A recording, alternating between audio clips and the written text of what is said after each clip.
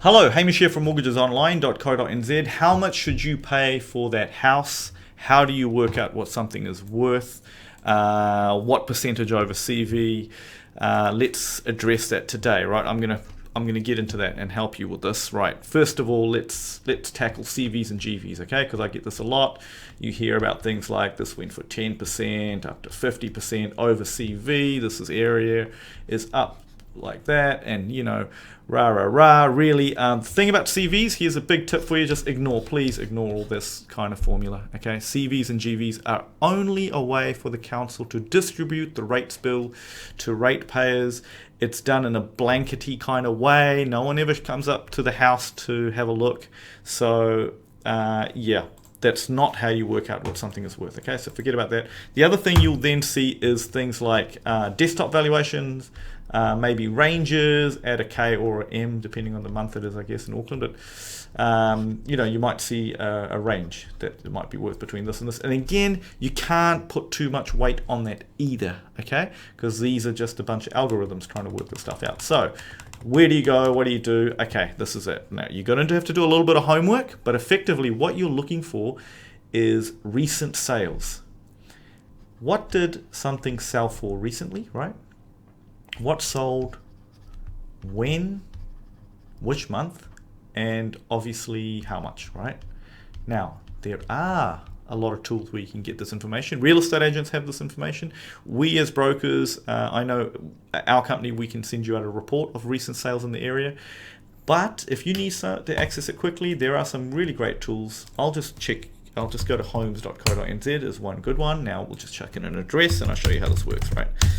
So 11 Braes Rise, very close to our office here. If we just have a quick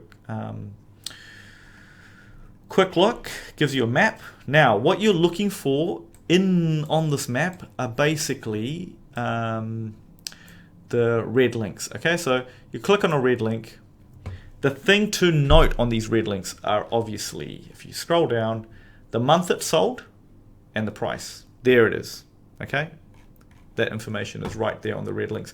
And the good thing is, these days, a lot of real estate agents leave the old marketing pictures up. So you can actually Google the address, and from the comfort of your own home, you will probably see the actual marketing pics online as well.